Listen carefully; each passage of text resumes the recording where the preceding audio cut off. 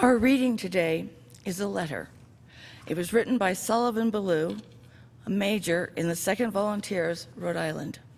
It's to his wife, and it's dated July 14th, 1861, Camp Clark, Washington, near Washington, D.C. He writes, "My very dear Sarah, the indications are very strong that we shall move in a few days, perhaps tomorrow. Lest I should not be able to write again, I feel impelled to write a few lines that may fall under your eyes when I shall be no more. I have no misgivings about or lack of confidence in the cause in which I am engaged, and my courage does not halt or falter. I know how American civilization now leans on the triumph of the government, and how great a debt we owe to those who went before us through the blood and sufferings of the Revolution. And I am willing, perfectly willing, to lay down all my joys in this life to help maintain the government and repay that debt. Sarah, my love for you is deathless. It seems to bind me mighty cables that nothing but omnipotence could break.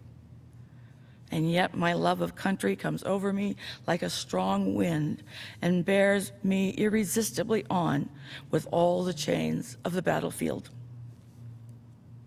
The memories of these blissful moments I have spent with you come creeping to me, and I feel most grateful to God and to you that I have enjoyed them for so long. And hard as it is for me to give them up and burn to ashes the hopes of future years when, God willing, we might still live and love together and see our sons grown to be honorable manhood around us. If I do not return, dear Sarah, never forget how much I love you. And when my last breath escapes me on the battlefield, it will whisper your name. Forgive my many faults and many pains I have caused you. How thoughtless and foolish I have often been. But oh, Sarah, if the dead can come back to earth and flit unseen around those they loved, I shall always be near you, in the gladdest of days and the darkest nights. Always, always. And if there be a soft breeze upon your cheek, it shall be my breath. As the cool air fans your throbbing temple, it shall be my spirit passing by. Sarah, do not mourn me dead. Think I am gone, and I wait for you, and we will meet again."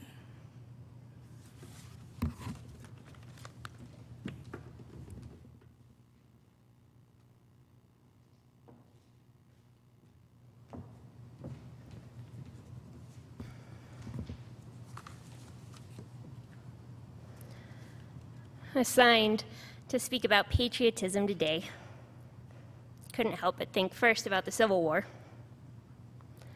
Maybe because today is the anniversary of the Battle of Gettysburg. Maybe because I was reading recently about a new study that suggests that the death toll from the war, which already totaled more than all the other American wars combined, might actually have been significantly underestimated. Death rate should be actually about 20% higher.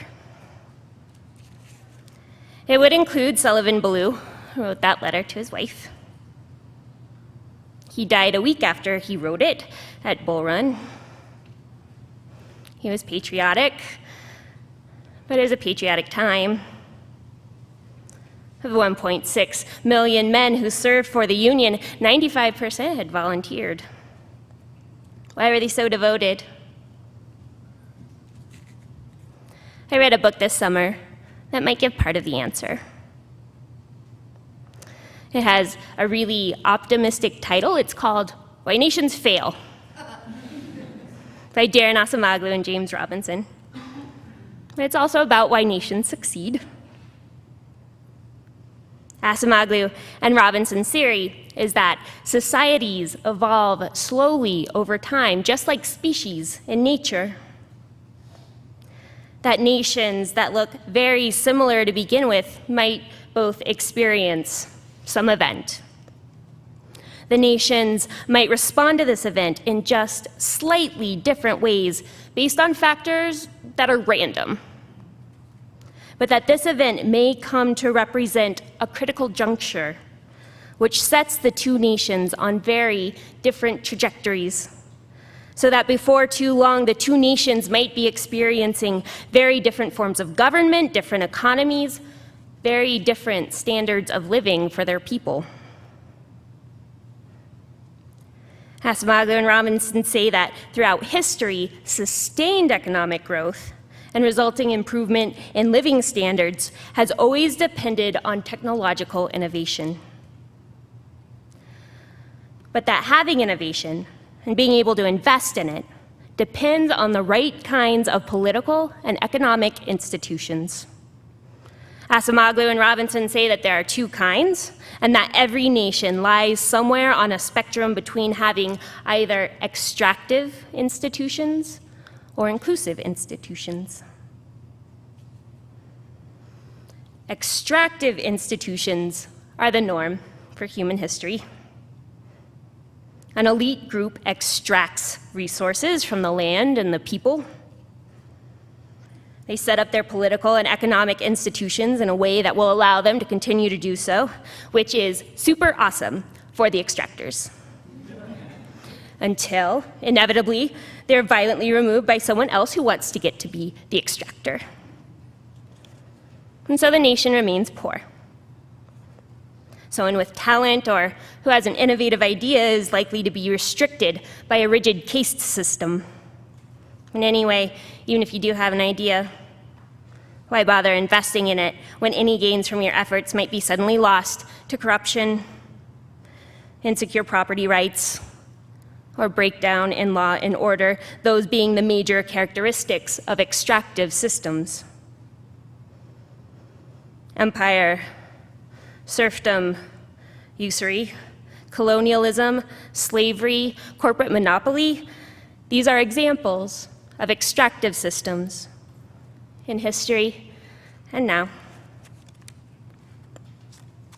Meanwhile, inclusive systems are much more stable. Inclusive systems feature a broad distribution of political power and economic opportunity. Diverse and disparate groups all benefit just enough from elimination of discriminatory barriers, secure property rights, from free and fair elections as a means to remove corrupt or ineffective officials, from rule of law, that everyone feels they'd have more to lose from an overthrow of the system than they would gain. So, once in place, inclusive systems tend to remain. The hard part is creating them in the first place. The first nation to really break the threshold, the first nation ever to move to that inclusive side of the spectrum, was not the United States. Acemoglu and Robinson say that it was England. They describe a very gradual process that began with the Black Death and that came to a head with the Glorious Revolution, where the idea of the divine right of kings was rejected, replaced with the revelation that if your government is not an agent of its people, you're allowed to get rid of it and get a new one. The United States inherited that legacy. I wish I had time to tell you more about how inclusive institutions were born in England and then in the US. There was nothing preordained about it. It was a complete accident, contingent on the outcome of so many random events. Reading the book, I felt so grateful. With all our problems, we're still so lucky. Made me feel patriotic.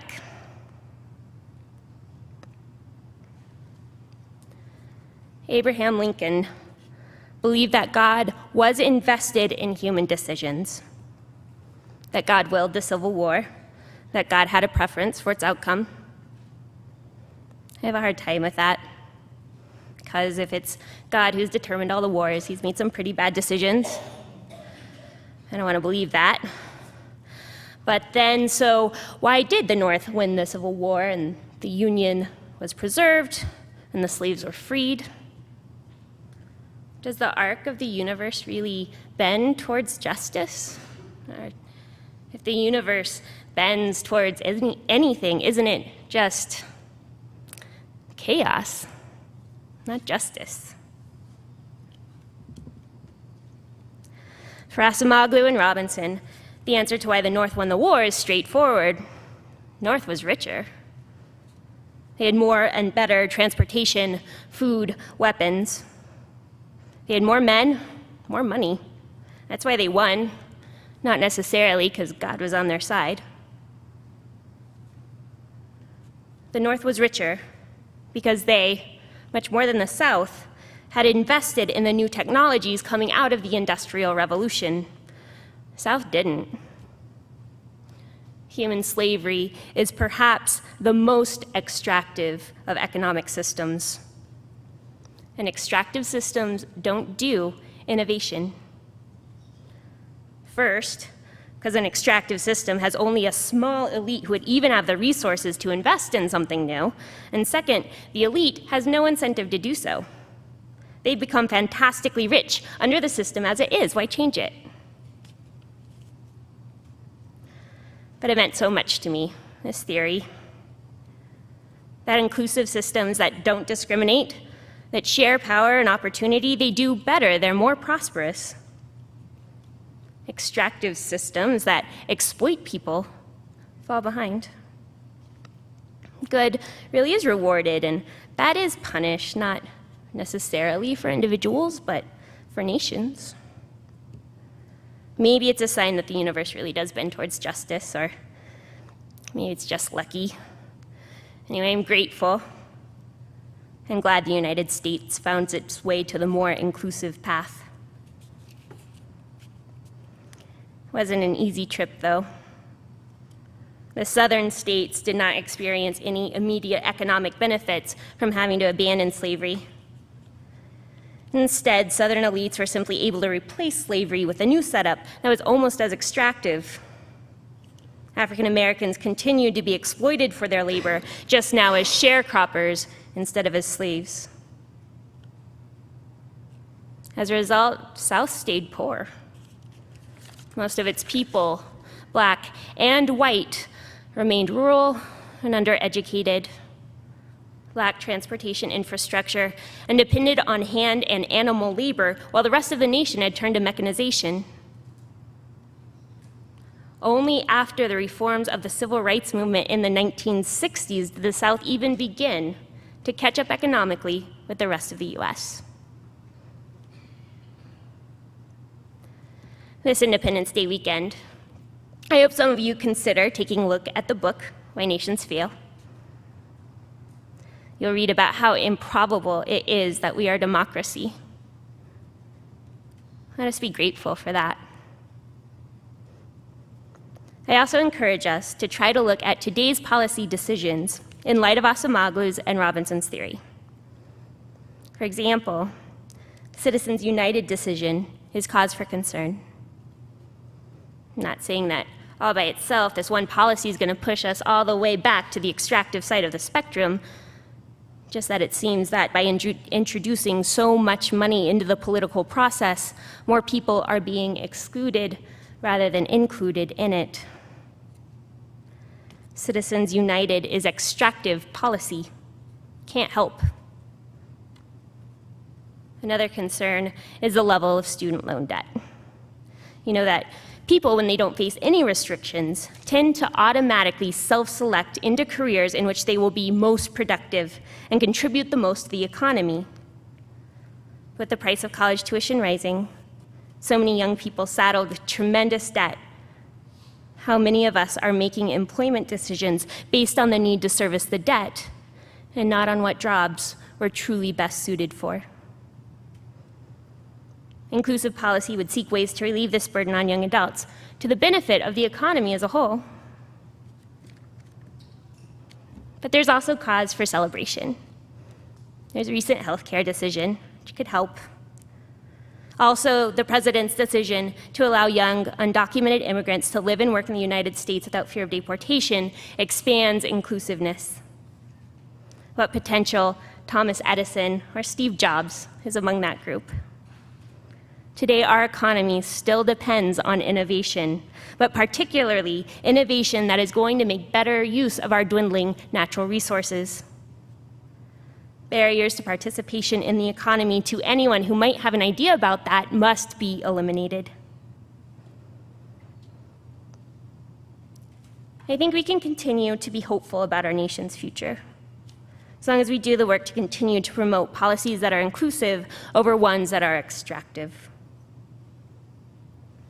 A final reason I find this theory very helpful is that it gives us Americans a good way to talk to each other about how to solve our problems. Reverend Christine Robinson has spoken recently about how tricky it is to talk about morals, that people's sense of morality is a deeply ingrained part of our personality, and people don't often change their minds about that. Also this month, Reverend Angela Herrera spoke about how during such conflicted times as these, it's so difficult to compromise to solve problems, probably going back to how attached we all are to our worldview and morals.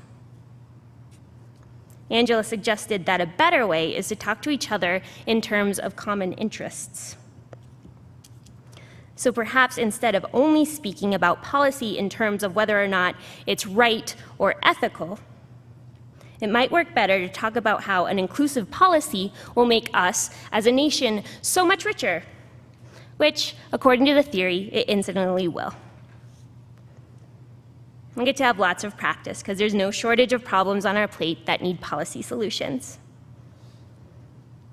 So let us take this knowledge, find new ways to work together. It's patriotic.